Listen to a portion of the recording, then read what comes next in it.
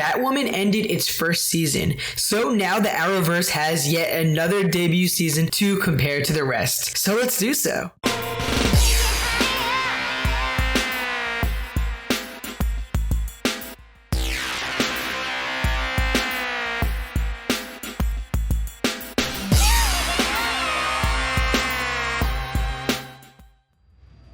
What's up, guys? My name is Ryan Ramakrishnan. Welcome to the channel. In this video, I would like to take a look at the Arrowverse's main pilot seasons, and of course, I'd like to rank them. I'll be including Arrow, The Flash, Supergirl, Legends of Tomorrow, Black Lightning, and Batwoman. So with that being said, guys, let's see which Arrowverse series had the best pilot season. Of all the people who ever lived, I chose you 8. I certainly hope that you won't let me and the world down. I could get behind that. Legends of Tomorrow has really found its footing at being funny, goofy, and over the top in the best way possible. It is immensely entertaining, but I look back at its pilot season and it is really one of the worst in the Arrowverse. See, when I think about memorable moments and characters in Legends, I think of the likes of the Legion of Doom, Constantine, Gary, Nate, and Zari, but I never think about Hawkgirl and Hawkman, nor do I ever want to think about Vandal Savage, a character who really let me down. In fact, the storylines of them and just the story of season 1 overall is sort of a blur to me. I think that Legends of Tomorrow's first season had some strong characters, and they're still great to this day if they're still around, and there are some fun moments and all, but the debut season didn't really have an identity. It provided a lot less entertainment than its successors,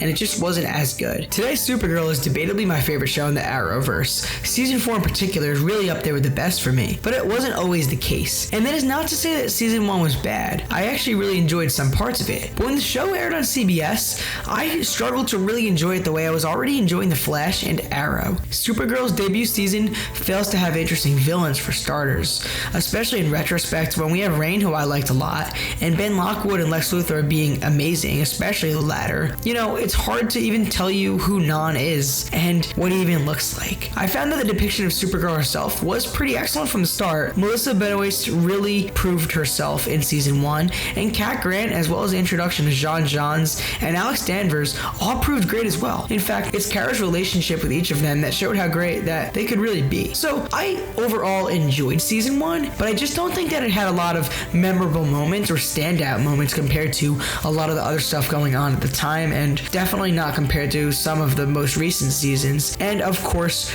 the upcoming shows on this list are just better in their pilot seasons than Supergirl, in my personal opinion. It almost feels a little unfair to include Batwoman here at all, and that is really just because it only has one season so far at the time of writing. But then again, it is kind of the reason I'm doing this list and video overall, because now we have Batwoman wrapped up and we can compare it to other pilot seasons. So for what it is, I would actually say that season 1 of Batwoman is good. I think the overall vibe and feel of it really fits the Batman expectations that I had. The horror elements of Beth's childhood, Mouse, and even Alice work really well. And I'd go as far as saying that Alice is one of the Arrowverse's most recent shining villains. I actually really loved her, and Rachel Skarsten did so good in the role.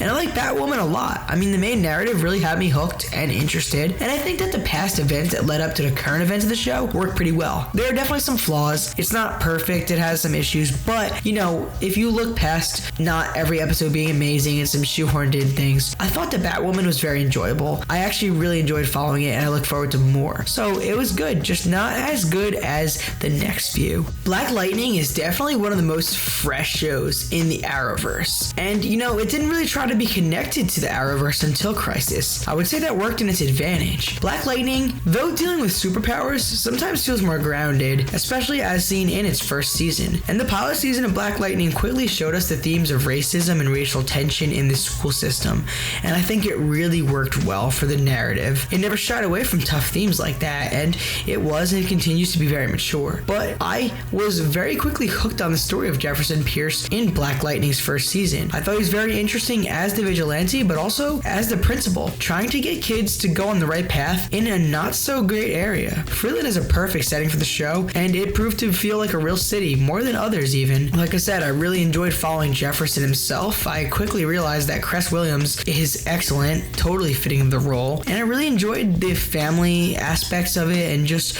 the overall feel. The action was awesome. The 100 gang and Tobias made for some very realistic and believable and tense threats, list. And overall, I just thought that Black Lightning Season 1 was very solid, and I was just pleasantly surprised with it, especially compared to the other shows, because it had a different feel, one that I still quite enjoy. Arrow's first season is what started this whole thing, and looking back at it, after we've had so many seasons across the Arrowverse, Arrow's Season 1 actually still stands pretty tall as a franchise best. I think that it's pretty grounded enough to really not be so unbelievable, and it tells a very intimate story that is just so fascinating to follow. While Prometheus and Deathstroke were probably better, it is literally impossible not to love Dark Archer as a formidable threat. I thought that Malcolm Merlyn was a great villain in this season, and he proved to be one of the show's best characters, most notably as seen in this season. The story of him, his connection to Moira and Thea, as well as his villainous decisions overall, made for some great TV watching for me. And of course, Season 1 was really the story of Oliver, and it just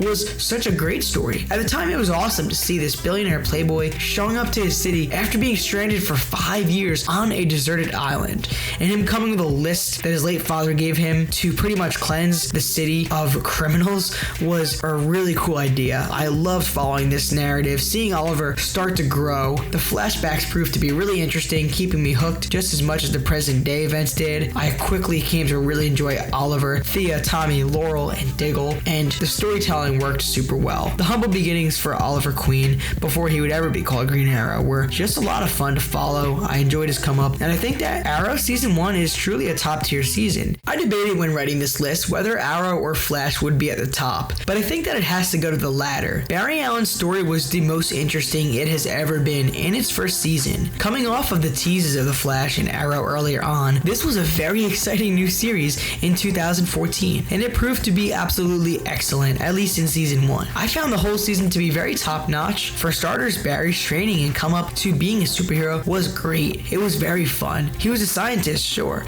but being a superhero was such a greater task, one bigger than he could ever imagine, and the story perfectly showed this rise up to being the Flash and all of the consequences that come with that line of work. Barry struggled mostly with the past, and the emotional storytelling worked really well. I think that the backstory of what happened to Barry's mom and the Flash being there and all that was just really great. I really can't talk about this obviously without mentioning the villain. Obviously there are a few better villains on the Arrowverse than Reverse Flash. Eobard Thawne was just such a cool character. I quickly fell in love with how great Tom Cavanaugh is in this role, and the build up to the reveal of who Thawne really is. And also, I don't want to leave out Matt Lesher either. So overall, Eobard Thawne was just an amazing villain, and it made this season so good. It had a great ending. It was a very delightfully entertaining season, but packed with some really cool superhero stuff. Like I said, a compelling villain and story, and overall, it just quickly made me love the mythos of The Flash, and it's ultimately my favorite pilot season in all of the Arrowverse. My name is Barry Allen,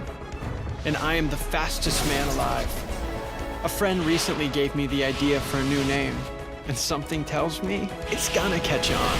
Alright, so that is my list. Those are the 6 Arrowverse pilot or debut seasons ranked from worst to best. How about you guys? Which debut season from the Arrowverse was your favorite, and which one was your least? Let me know all your thoughts in the comments below. And hey, if you guys enjoyed this video, maybe go check out the description to find some other Arrowverse related content you'll probably love as well. So with that being said, guys, I'm Ryan Ramakrishnan. Thank you so much for watching, and I'll see you all in the next video.